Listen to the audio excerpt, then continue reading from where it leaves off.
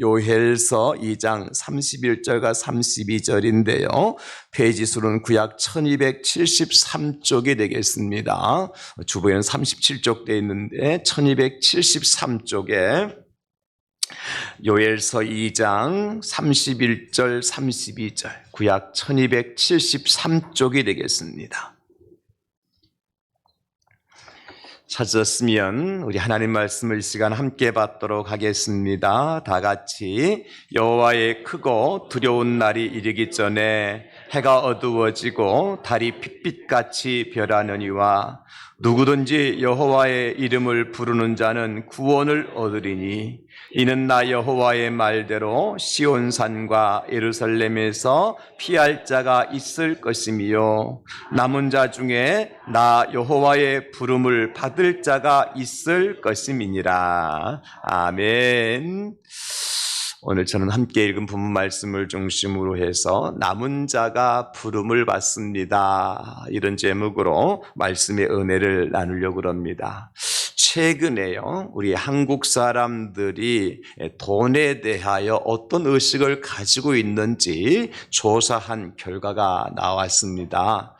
설문조사 내용이 뭐냐면 나의 삶을 의미 있게 만드는 것은 무엇인가, 이것이 이제 설문조사 내용이어서 나의 삶에 있어서 의미 있게 만드는 것이 뭐냐. 우리 선진경제국 중에서도 우리나라는 특별한 조사 결과가 나왔는데요. 1위가 뭐냐면 물질적인 풍요다, 이렇게 선택을 했어요. 돈이 내 인생을 의미 있게 만드는 것 중에 최고다. 우리 대한민국 사람들은 1번으로 물질적 풍요, 돈이라는 것을 꼽았다는 거예요. 일반적으로 다른 나라 이제 경제 대국을 이렇게 통계를 보니까요, 1위가 무언가 하면 가족이라고 꼽았어요. 가족. 그래도 가족이 최고가 아니겠느냐. 두 번째는 직업이다. 직업을 꼽았고요. 세 번째는 건강이다. 이렇게 이제 다른 나라에서는 1번이 가족, 2번이 직업, 3번이 건강, 이렇게 나왔어요. 우리 대한민국은 1번이 뭐라고요? 물질적인 풍요, 돈이다, 돈. 두 번째가 뭐냐면 건강이다. 마지막 세 번째가 가족으로 이렇게 조사가 되어졌어요. 다른 나라에서는 가족이 1번으로 뽑혔는데 우리나라는 3번으로 밀려났어요. 이것이 2023년도 말까지 통계한 조사예요. 통계조사 결과예요. 참 너무 많이 세상이 변한 것 같죠? 돈이면 모든 것이 문제가 해결된다고 하는 생각이 우리 마음에 자리 잡고 있는 것 같습니다.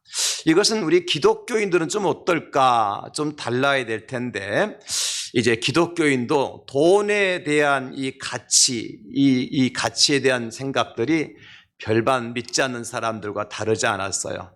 물론 1등이 돈은 아니었습니다만은 적어도 우리 기독교인들 가운데서도 지난 2017년도 조사될 때는 기독교인들은 돈이다 이렇게 말한 사람들이 2017년도에는 10%에 불과했거든요. 근데 작년도에 조사한 바에 의하면 몇 프로까지 나왔는 거 아니까 이 돈이다 하는 것이 17%로 나왔어요.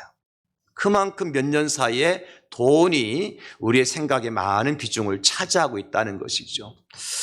여러분, 왜 오늘 제가 설교를 시작을 하면서 이 돈에 대한 조사의 결과를 말씀을 드리고 있을까요? 성경에서 돈에 대해서 아주 우리에게 각별한 경고를 해 주시기 때문에 그렇습니다. 성경은 돈에 대해서 어떻게 말씀하고 있느냐 보니까요, 디모데전서 6장 10절에 보면 돈을 사랑함이 일만 악의 뿌리가 되나니 이것을 탐내는 자들은 미혹을 받아 믿음에서 떠나 많은 근심으로써 자기를 찔렀도다, 그렇게 말씀해 주고 있는 거예요. 돈을 사랑하는 것이 일만악의 뿌리가 된다. 모든 죄의 원인을 제공하는 것이 무엇으로부터 시작되느냐면 돈이라는 거예요. 물질이라는 거예요. 더욱더 무서운 말씀은요, 말세의 징조 중에 하나 중에 돈을 사랑하는 것이 있다, 이렇게 디모데후서 3장 2절에 말씀을 해주고 있습니다. 사람들이 자기를 사랑하며 또 돈을 사랑하며 자랑하며 교만하며 비방하며 부모를 거역하며 감사하지 아니하며 거룩하지 아니하며 그렇게 말씀하고 있어요. 말세가 되면 사람들 가운데 나타나는 현상 중에 하나가 뭐냐? 돈을 사랑할 것이다. 돈. 그러므로 좀 심한 표현을 쓴다고 할 것 같으면 우리 지금 대한민국이 아주 큰 병에 걸려 있다. 돈이면 뭐든지 다 된다고 하는 그러한 생각, 그런 망조가 들어가고 있다는 겁니다. 여러분, 이렇게 되어가다 보면 결국 남은 것은 우리가 돈을 쫓아가다가 멸망과 심판을 면하지 못할 거예요. 사랑하는 여러분, 세상에 돈이면 다 해결될 수 있습니까? 많은 것들이 돈 있으면 해결되어져요. 그러나 돈으로서 해결받지 못하는 일도 참 많더라는 것입니다. 여러분, 집은 돈으로 살 수 있지만 가정은 돈으로 살 수 있나요? 큰 집, 넓은 집, 좋은 집, 아주 화려한 집들은 돈으로는 살 수 있어요. 돈만 있으면 살 수 있어요. 그러나 그 가정에 이 가정이라고 하는 것은 돈으로 살 수 없는 거죠. 여러분 주무실 때에 침대 위에서 주무시잖아요. 돌침대, 흙침대, 여러 종류의 좋은 침대들이 있습니다만은 그 침대는 돈 있으면 살 수 있어요. 그러나 건강은 돈으로 살 수가 없습니다. 우리가 돈 있으면 맛있는 음식 얼마든지 살 수 있습니다만은 행복은 돈으로 살 수가 없지요. 뿐만 아니라 책도 돈 있으면 얼마든지 여러분 구입할 수 있어요. 그러나 살아가는 데 필요한 지혜라고 하는 것은 돈으로 살 수 있는 것이 아니에요. 이처럼 세상에 많은 것들, 아주 중요하고 소중한 것들은 진짜 돈으로 살 수 없는 것들이 더 많더라는 거예요. 그럼에도 불구하고 사람들은 돈만 쫓아가요. 돈이면 뭐가 다 되는 줄 알아요. 그러다 보니까 행복이라는 것이 자꾸 우리보다 더 멀리 가는 거죠. 지난 주간에 대한민국의 대표적인 트롯 가수였던 현철 씨가 세상을 떠났습니다. 그분은 저 강서구 대저 이동에서 나신 분이에요. 우리 고향 바로 옆에, 우리 교회 바로 옆에 동네에서 태어나신 분이에요. 20여 년 무명 생활을 끝내고 정말 톱스타의 반열에 올라갔던 그런 분이었죠. 우리가 잘 아는 봉선화 연정 다 알죠. 내 마음 별과 같이, 안즈나 소나 당신 생각, 이게 다 이 현철 씨가 불렀던 히트곡 아닙니까? 그런데 그렇게 명성도 얻었고 돈도 많이 벌었습니다. 대한민국 최초로 가수장으로 장례를 치렀어요. 그만큼이면 성공한 거잖아요. 그런데 그런 현철 씨도요, 명예도 얻었고 돈도 얻었지만 건강과 죽음의 문제를 해결받지 못하고, 그도 인생의 나이와 질병을 극복하지 못하고 세상을 떠나더라는 것입니다. 여러분, 이게 인생이에요. 별것 아니에요. 우리 앞에 놓여져 있는 것은 우리도 갈 길은 저 길밖에 없는 거예요. 조금 시간의 차이가 있고 순서의 차이가 있을지 모르지만, 아무리 돈이 좋다고 하지만 돈만 가지고 해결되지 못할 일들이 우리에게 얼마나 많은지 알 수 없습니다. 그럼에도 불구하고 사람들은 돈이라면 사족을 못 써요. 돈에 미쳐 살아요.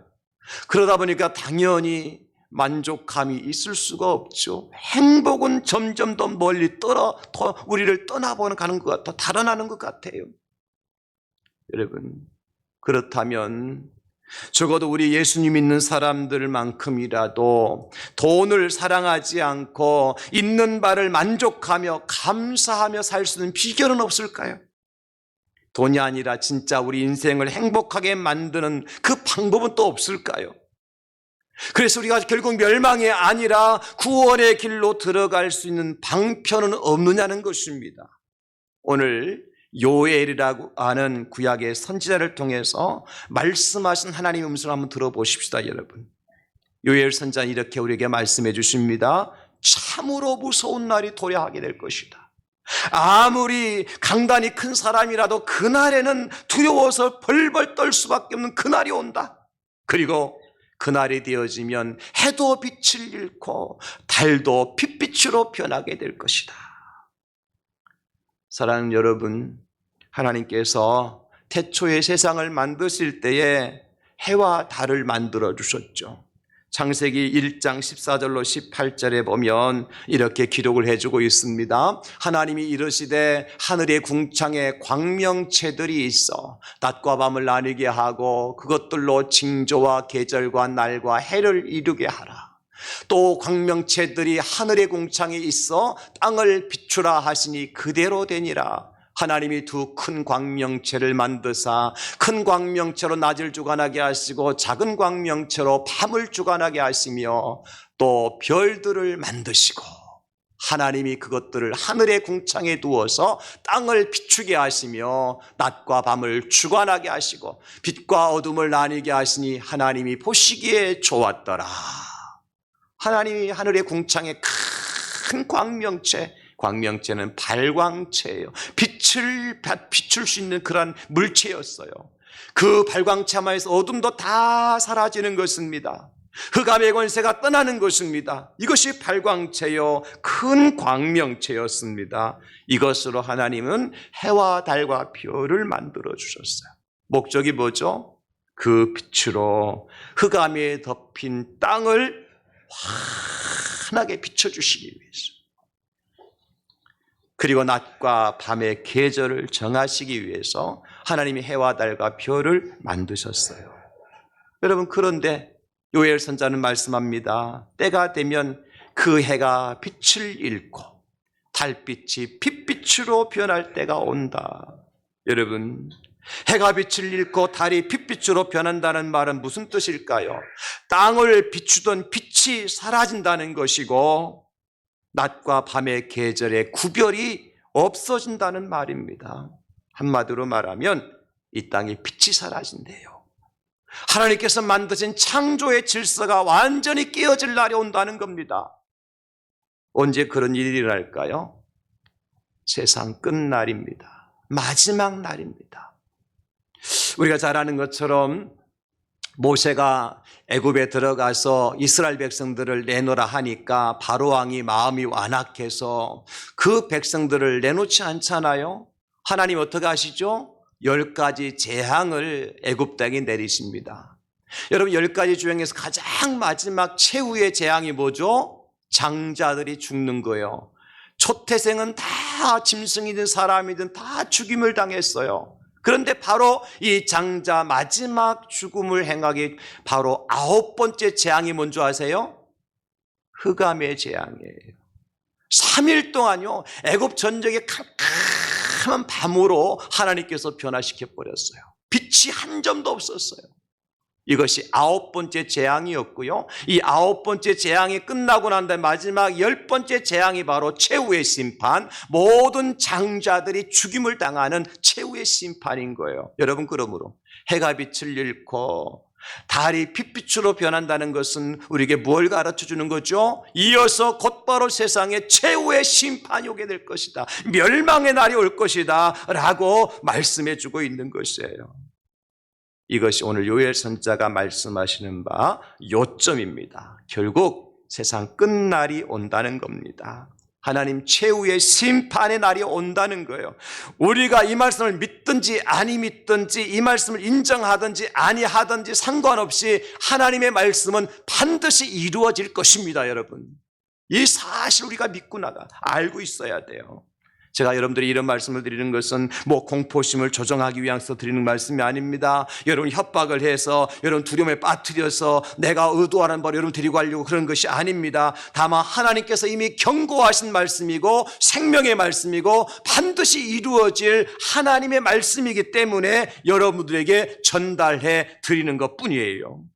오늘 본문의 31절을 다시 한번 보시기 바랍니다. 여호와의 크고 두려운 날이 이르기 전에 해가 어두워지고 달이 빛빛같이 변하려니와, 그렇게 말씀해 주고 있습니다. 여호와의 크고 두려운 날, 해가 어두워지고 달이 빛빛같이 변하는 날이 온다는 거예요. 그러면 도대체 인류는 그날에 어떻게 될까요? 여러분, 애굽 땅에서 모든 창자들이 죽임을 당했을 때 그렇게 강팍하던 바로도 항복하고 말았어요. 온 땅에 눈물과 슬픔과 애곡하는 소리로 가득했어요. 여러분, 세상 마지막 날 되면 그런 일이 일어날 겁니다. 많은 사람들이 슬픔과 고통 속에서 울며 후회할 날이 온다는 거예요.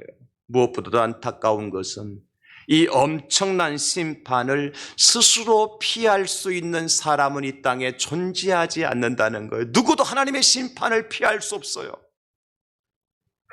그런데 오늘 요엘 선지자 우리에게 곧 이어서 반전의 말씀을 허락해 주십니다. 그게 뭐죠? 그 심판과 멸망 가운데서도 남은 자가 있다는 겁니다. 남겨둘 자가 있다는 거예요. 심판을 피하고 죽음을 피하여 생명을 구원받을 자가 있다는 거예요. 이게 반전입니다, 여러분. 우리가 들어야 될 말씀이고요. 그러므로 오늘 우리는 이 선택을 해야 하는 것입니다. 하나님의 최후의 심판과 함께 나도 역사 속으로 영원히 멸망하고 사라질 인생이 될 것인가, 아니면 그 심판 가운데서 내가 남은 자가 되어서 멸망이 아니라 영생의 나라에 들어가는 축복의 주인공이 될 것인가. 사랑하는 여러분, 그래서는 오늘 감히 여러분들에게 권면을 드립니다. 이 자리에 함께 하신 여러분 가운데 단 한 사람도 마지막 최후의 심판 가운데 멸망하지 않고, 세상이 아무리 악하고 추해도, 세상이 아무리 사납고 거칠어도 남은 자가 되어서서 구원이라고 하는 하나님의 은총과 선물을 다 받아 누리실 수 있기를 우리 예수님의 이름으로 축원합니다. 심판 가운데 남은 자가 되게 해주시옵소서. 남은 자로서 구원의 은총을 누리게 해주시옵소서. 우리가 하나님을 구할 것이고 우리가 가야 될 길이라는 것이죠. 여러분, 인류 역사를 보더라도 항상 남은 자는 존재하더라고요. 임진왜란 중에 이순신 장군이 12척의 목선, 거북선 가지고 있으니까 왜군 130척, 300척의 왜군의 모든 배도 다 물리칠 수가 있었잖아요. 하나님이 남겨두셨잖아요. 목선이, 거북선이 다 불타 없어졌지만 그 중에 12척이라고 하는 배를 남겨주심으로 말미암아 이순신 장군과 그의 남은 수군들이 왜군과 싸워서 이길 수가 있었던 거예요. 여러분, 6.25 때도 마찬가지죠.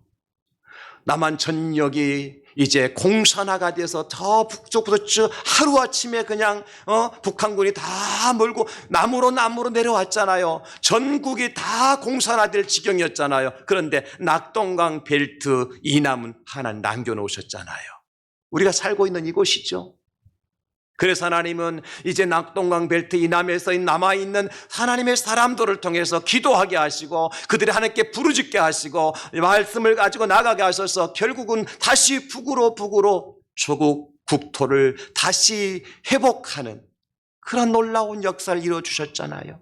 만약에 그때 낙동강 이남 벨트 이남까지 다 북한이 다 접수했더라면 대한민국은 존재하지 않았을 겁니다.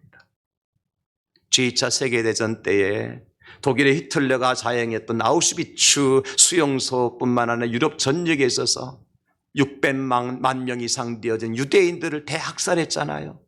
그런데 하나님은 그 가운데 남겨두시더라고요. 그 남은 자들을 통해서 하나님께서 이스라엘의 재건이라고 하는 놀라운 일을 행하시더라고요. 남은 자가 있었기 때문에 가능한 것 아니겠어요, 여러분? 이스라엘 백성들이 모세의 지도를 받아서요, 애굽에서 나와서 40년 광야 생활을 하게 되어져요.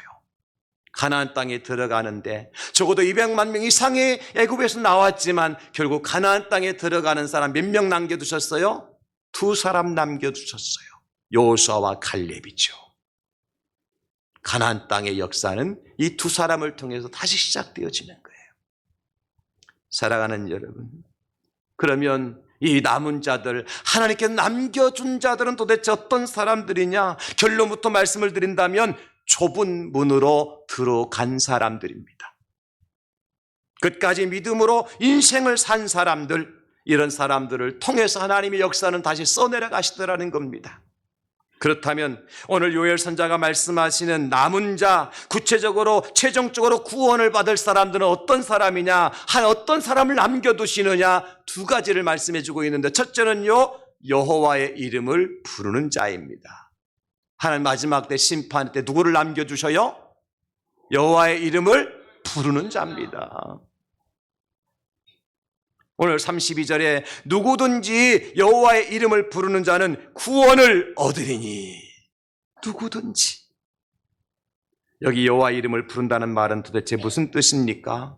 여호와여 여호와여 우리가 그렇게 부르는 것을 말합니까? 물론 그것도 해당이 되겠지만은 여러분 이 뜻은 다른 데 있습니다. 무슨 뜻이냐면 하나님이 어떤 분이신가를 바로 알고 그 하나님의 이름에 합당한 삶을 살아가는 사람, 그 하나님의 이름에 합당한 영광을 돌려드리며 산 사람, 그 사람이 바로 여호와의 이름을 부르는 자예요.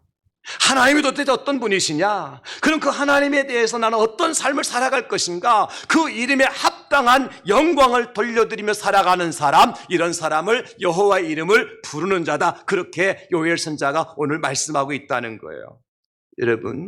여러분은 우리 하나님이 어떤 분으로 알고 계십니까? 세상 사람들 말하는 것처럼 그 예수 믿는 사람들이 찾는 여러 신 중에 하나의 신입니까? 아니면 기독교인들만이 말하는 구세주이십니까? 예, 이 말이 틀린 말은 아닙니다. 그러나 더 정확한 답이 있습니다.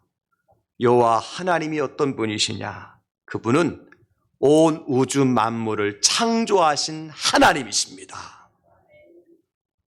이 세상에 존재한 눈으로 보이든지 보이지 않든지 간에 모든 것을 만드신 분이 하나님이십니다. 창조주가 되시는 분이셔요. 그리고 그분은 누구로부터 만들어지지 아니한, 피조되지 아니한 태초부터 스스로 계신 분입니다.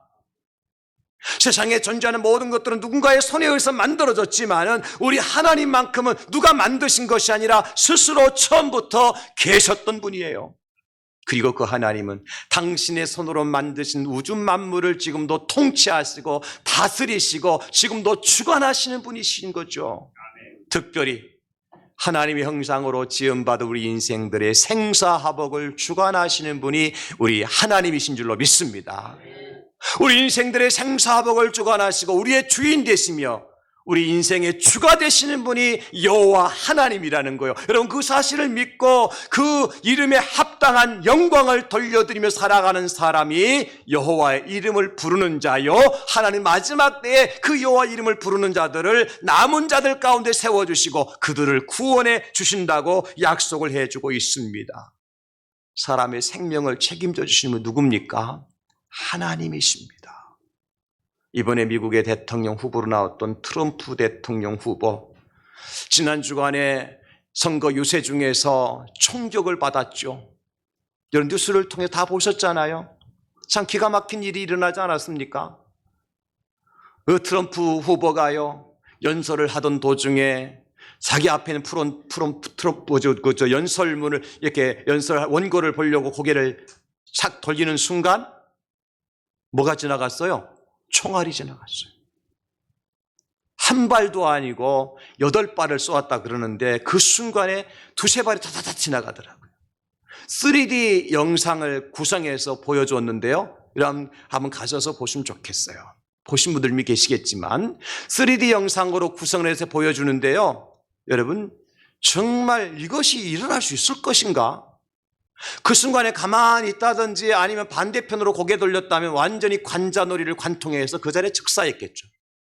근데 그 순간에 그 원고를 확인하게 고개를 약간 돌리는 순간 다다닥 지나간 거예요. 그래서 종이 한 장 차이로 관자놀이를 스치고 지나가 버렸어요.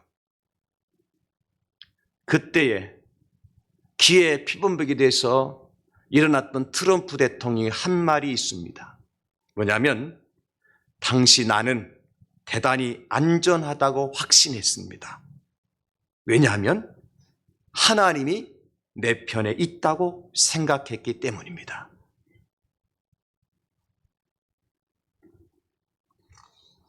그리고 사람들은 한결같이 말했습니다. 신은 존재한다. 이것은 신의 개입으로밖에 설명이 안 된다. 여러분 신이라고 했지만 이 신은 누구를 얘기하는 거죠? 하나님이시죠. 하나님은 존재한다. 이것은 하나님께서 개입하시지 않으면 일어날 수 없는, 그 다른 것을 설명할 수 없는, 하나님이 개입하셨기 때문에 일어난 일이다. 그렇게 대서특필해서 전 세계에 알려졌어요. 사랑하는 여러분, 한번 생각해 보십시다. 미국 사람들이 미개하기 때문에 신이, 하나님이 존재한다고 말하는 걸까요? 미국의 대통령 후보로 나선 사람이 지식이 없거나 판단력이 부족해서 하나님이 살아계시고 그 하나님께서 내 생명을 살려주다고 말하는 걸까요?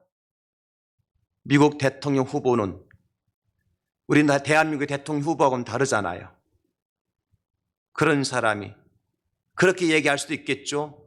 내가 잘해서, 아니면 운이 좋아서 나는 살았다. 그러나 트럼프 대통령 후보는 그리 말하지 않았습니다. 하나님이 지켜주셨다. 하나님이 나를 살려주셨다. 전 세계에 알린 이 사건을 보시면서 여러분 어떻게 생각하십니까? 우리 하나님 여호와는 어떤 분이시냐? 하나님은 어떤 분이셔요? 생명의 주관자가 되시는 분입니다. 내 인생의 주가 되시는 분이 하나님이십니다. 나를 살리시기도 하시고 나를 잘되기도 하시고 때론 나를 고난 가운데 빠뜨리시는 분이 하나님이시라고요. 나는 그래서 하나님의 것이죠.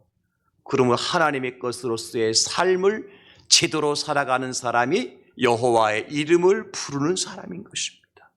모세가 애굽으로 당신의 백성들을 데리러 이제 하나님 명령하셔서 들어갈 때에 하나님께 묻지요. 하나님, 내가 들어가서 우리 히브리 사람들에게 하나님이 너희를 불러내서 광야로 지나서 가나안 땅 들어가라 했다. 그럴 때 그 우리 동족들이 하나님이 누구냐 물으면 내가 뭐라고 대답할까요? 그랬더니 하나님께서 모세에게 이렇게 말씀하여 주십니다. 출애굽기 3장 15절 말씀이죠. 하나님이 또 모세에게 이르시되 너는 이스라엘 자손에게 이같이 이르기를 너희 조상의 하나님 여호와 곧 아브라함의 하나님 이삭의 하나님 야곱의 하나님께서 나를 너에게 보내셨다 하라. 이는 나의 영원한 이름이요 대대로 기억할 나의 칭호니라. 하나님 누구라고요? 너희 조상들의 하나님, 아브라함의 하나님, 이삭의 하나님, 야곱의 하나님. 무슨 뜻이에요? 하나님 지금도 살아계신 하나님이시고 역사하신 하나님이시고 너희들의 근본이 되신 분이 하나님이시고 너희의 뿌리가 되신 분이 하나님이시고 너희 머리가 되신 분이 하나님이라는 거예요. 그 하나님을 믿는다면 하나님의 말씀을 따라서 애굽에서 나올 수 있지 않느냐? 그래 하는 계속해서 말씀합니다. 출애굽기 15장 3절에 여호와는 용사하시니 여호와는 그의 이름이시로다. 용사는 깃보르라는 뜻이에요. 이런 깃보르라는 히브리어는 무슨 뜻입니까? 전쟁에 나가서 승리하시는 장군이십니다. 깃보르입니다. 하나님은 모든 전쟁에서 우리를 승리하게 하시는 최고의 장수 되심을 믿으시기 바랍니다. 그러므로 우리 하나님을 의지하고 나갈 때 우리는 그 이름에 합당한 삶을 살아야 되는 거예요. 쭈글쭈글하게 살지 말고 여러분 세상 속에 살아가면서 엉망으로 살지 말고 깃보로 되시는 우리 용사 되시는 하나님을 나의 대장으로 모시고 사는데 내 인생을 주관하시고 나를 승리자로 만들어 가실 하나님의 이름을 믿고 살아가는데 우리가 왜 세상 속에서 쭈글쭈글하게 살아야 돼요? 그렇지 않죠. 당당하게 살아야죠. 멋지게 살아야죠. 그렇게 사는 사람이 여호와 이름을 부르는 자예요. 여러분 이것이 사실의 팩트인데 근데 사람들은 이 사실을 믿지 못하죠. 인정하지 않아요. 믿지도 않고 인정하지도 아니하니까 어때요? 그 이름을 부르는 삶을 살지 못하는 거예요. 그러나 여호와의 이름을 부르는 순간 어떤 일이 일어나는 줄 아세요? 여러분 다윗이 골리앗과 싸우러 나갈 때에 골리앗과 다윗은 싸움의 상대가 되지 않잖아요. 어린 꼬마하고 육척 장군하고 어떻게 싸워요? 근데 다윗이 골리앗 앞에 나갈 때 어떻게 나갑니까? 사무엘상 17장 45절에 다윗이 블레셋 사람에게 이르되 골리앗에게 말하는 겁니다. 너는 칼과 창과 단창으로 내게 나오거니와 나는 만군의 여호와의 이름 곧 내가 모욕, 네가 모욕하는 이스라엘 군대의 하나님의 이름으로 내게 나아가노라. 누구의 이름으로? 만군의 여호와의 이름, 네가 대적하는 하나님의 이름으로 내가 나간다. 다윗의 손에는 칼이 없었어요. 창도 없었어요. 단창도 없었어요. 방패도 없었어요. 다만 여호와의 이름만 가지고 나갔어요. 그랬을 때에 다윗이 쓰러졌습니까? 골리앗이 무너졌습니까? 골리앗이 무너졌습니다. 누구의 이름으로? 만군의 여호와의 이름으로, 내가 믿는 하나님의 이름으로 나갔을 때에 하나님이 싸워주신 것입니다. 하나님이 원수 마귀 대적을 쓰러뜨려 주신 것입니다. 다윗이 당당하게 나가서 승리하잖아요. 사도행전에도 보면 베드로와 요한이 성전으로 올라갈 때 성전 미문에서 구걸하던 날 때부터 안진뱅이로 구걸하던 사람을 만나요. 무언가 베드로와 요한에게 좀 구걸을 하려고 그러니까 베드로와 요한이 그에게 뭐라고 얘기합니까? 사도행전 3장 6절, 베드로가 이르되 은과 금은 내게 없거니와 내게 있는 이것을 내게 주노니 뭐예요? 나사렛 예수 그리스도의 이름으로 일어나 걸으라 하시고, 안진병에게 목발 주지 않았어요. 아주 유명한 약을 갖다 주지 않았어요. 돈 주지 않았어요. 뭘 줬습니까? 나사렛 예수의 이름을 준 거예요. 그 이름으로 이 안진병이 일어나서 곧곧 뛰며 성전 안으로 들어가서 하나님을 찬양하는 일이 일어났음을 여러분 믿으시기 바랍니다. 예수의 이름이 이만큼 능력 있는 거예요. 여호와의 이름이 이만큼 권능 있는 거예요. 그 이름을 믿고 나아가는 자들, 그런 사람들이 여호와의 이름을 부르는 자인 것입니다. 분명한 사실은 마지막 날에 여호와께로부터 부름을 받을 자가 있고 버림을 받을 자가 있다는 겁니다. 누가 하나님의 부르심을 받을 수 있습니까? 여전히 여호와 이름을 믿고 부르는 자입니다. 여호와가 하나님이심을 믿고 그 하나님을 찾는 자입니다. 하나님의 이름에 합당한 영광을 돌려드리며 살아가는 사람들이에요. 우리 그리스도인이 그런 사람들인 것입니다. 여러분, 예수 믿는 사람들은요, 예수님의 이름에 합당한 삶을 살아가야 되는 거예요. 하나님의 영광을 가리우지 아니하고 예수의 이름을 흐려뜨리지 아니하고 그 이름을 빛낼 수 있도록, 하나님의 영광을 드러낼 수 있도록 그 이름에 합당한 그런 삶을 살아가는 사람이 여호와의 이름을 부르는 자들이고, 그런 사람이 구원을 받을 수 있다. 오늘 여러분 모두가 다 하나님이 어떤 분이신가를 똑바로 아십시다. 그리고 그 이름에 합당한 삶을 살아가시되 하나님께 영광을 돌려드리며 살아가시는, 그래서 마지막 대심판의 날에도 하나님께로부터 부름을 받고 구원의 은총을 누리시는 여러분 모두가 되실 수 있기를 예수님의 이름으로 축원합니다. 두 번째, 어떤 사람이 부름을 받느냐? 시온산과 예루살렘에서 피하지 않고 남은 자입니다. 오늘 32절 계속 말씀하고 있죠. 누구든 여호와 이름을 부르는 자는 구원을 얻으리니 다음에 이는 나 여호와의 말대로 시온산과 예루살렘에서 피할 자가 있을 것이며 남은 자 중에 나 여호와의 부름을 받을 자가 있을 것입니다. 피하는 자가 있지만 피하지 않고 남은 자가 부름을 받는다는 거예요. 사랑하는 여러분, 마지막 심판의 때에 예루살렘과 그 시온산은 하나님의 심판의 대상에서 제외가 되어지고 그 땅에는 평화가 임하게 될까요? 그렇지 않아요. 심판의 불은요, 심판의 바람은요, 온 땅에 다 불어닥칩니다.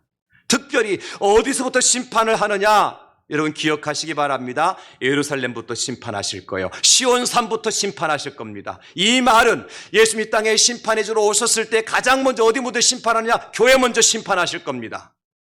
예수 믿는 사람들을 먼저 믿는다고 말하는 사람들부터 심판하실 것입니다. 왜요? 세상 사람들이 똑바로 봐야 되잖아요. 진짜 예수 믿는 사람들이 구원받는지 구원받지 못하는지, 진짜 여호와 이름을 부르는 자들이 천국으로 들어가는지 안 들어가는지 세상에 믿지 않는 사람들이, 비난하고 조롱하던 사람들이 두 눈으로 확인할 수 있어야 되잖아요. 그죠? 그래야 이거 진짜 심판 아닙니까? 그래서 예루살렘부터 심판이 오는 거예요. 이스라엘부터 심판이 시작되는 거예요. 그러니까 그 심판의 바람이 불어올 때, 심판의 불이 내려왔을 때 예루살렘이 있었지만, 시온산에 있었지만 여전히 여호와 이름을 부르지 않던 사람들은 어떻게 할까요? 그 심판을 피하여 도망갈 겁니다. 살려고. 그러나 그들은 구원을 받지 못합니다. 여전히 심판의 바람이 불어와도, 심판의 불이 붙어도 예루살렘에서 시온산에서 여호와의 이름을 끝까지 부르는 자가 구원을 받는다는 거예요. 여러분, 그러므로 예루살렘이나 시온은 지역적인 지명의 이름으로 끝나는 것이 아니에요. 예루살렘은 여러분 뭐가 있는 곳이죠? 하나님의 성전이 있는 곳이에요. 시온산은요, 하나님의 은혜가 내리는 산이에요. 그러므로 예루살렘을 피하지 않고 시온산을 피하지 않는다는 건 무슨 뜻일까요? 하나님 앞에 예배하는 일들과 하나님의 은혜를 삼하고 은혜 속에 머무는 것을 포기하지 않는 사람들, 그 사람들은 예루살렘 남아있을 거예요. 시온산에 머물러 있을 겁니다. 끝까지 예배자로서 끝까지 하나님의 은혜만을 붙들고, 다시 한번요, 예루살렘에 남아있고 시온산 남아있는 사람 누구예요? 끝까지 예배자의 자리에서 끝까지 하나님의 은혜를 붙든 자들, 그들이 예루살렘을 피하지 않고 시온산을 피하지 않고 남은 자요, 하나님은 그들을 구원하여 내신다고 오늘 말씀해 주고 있습니다. 여러분, 이 말은요 또 무엇을 전제하고 있는지 아세요? 믿음 생활을 하다 보면 불같은 연단이 반드시 있다는 거예요. 시련과 역경도 있다는 것을 전제하는 것입니다. 지난주에 말씀드렸잖아요. 구원으로 들어가는 문은 좁고 협착하다고. 그래서 울퉁불퉁한 길도 있고 산을 오르기도 하고 또 광야를 지나기도 하고 강을 건너야 될 그러한 길이 좁은 눈이에요. 제가 이 말씀을 계속해 드린 이유가 있습니다. 왜냐하면요, 예수 믿으면 만사 형통이고 예수 믿으면 고생 끝, 불행 끝, 행복 시작이다. 많이 들어보셨죠? 예, 맞습니다. 틀린 말은 아닙니다. 그러나 100% 정답은 아닙니다. 예수 믿으면 불행 끝, 행복 시작입니까? 물론 예수 믿고 구원받았으니까 그거 생각하면 우리가 불행한 인생은 아니죠. 그러나 이 세상에서 우리가 불행한 일을 만나요, 안 만나요? 엄청나게 만납니다. 불과 시련을 만나요, 안 만나요? 만나게 되어집니다. 예수 믿어도 분명히 말씀드렸습니다. 여러분, 제가 이 말씀 왜 드리는 줄 아세요? 그래 여러분들이 똑바로 선택하고 바른 믿음을 가질 수 있기 때문이에요. 예수 믿으면 고난 끝, 행복 시작, 여러분 그거 들으면 훅 하고, 아, 나 예수 믿고 이제 고난 끝나고 행복 시작했다. 그래 돌아왔다가 고난 만나면 어떻게 돼요? 거짓말 사기쳤네. 그러다 안 나오잖아요. 그래서 제가 분명히 바르게 말씀드리는 거예요. 바르게. 그러면 누가 심판의 날 하나님의 이름을 하나님으로부터 부르심을 받을 수 있느냐? 끝까지 견디는 자예요. 믿음의 자리를 끝까지 지키는 자입니다. 성경에 나온 한 예화를 들고 말씀 마무리합니다. 누구의 이야기가 아니라 다니엘과 그 세 친구의 이야기예요. 시대는 바벨론한 느부갓네살이 왕이 되어 통치하던 시대에 느부갓네살이 자기 금신상을 크게 만들어 놓고 누구든지 그 금신상 앞에 절하지 아니하면 7배나 뜨거운 풀물불에 집어넣는다고 이제 선포를 했어요. 그런데 다니엘의 세 친구였던 사드락과 메삭과 아벳느고는 어떻게 했어요? 금신상 앞에 절하지 아니하였어요. 고발당했어요. 고소당했어요. 잡혀갑니다. 왕이 보니까, 느부갓네살 왕이 보니까 아주 지혜롭고 똑똑하고 쓸만한 인재들이에요. 이대로 죽인다고 하는 것은 너무 아까운 거예요. 왕이 생각하더라도. 그래서 뭐라고 얘기하죠? 얘들아, 지금이라도 당장 한 번만이라도 만들어 놓은 금신상 앞에 절하면 너희들 살려줄게. 그러나 이 사드락과 메삭 아벳느고가 뭐라고 얘기합니까?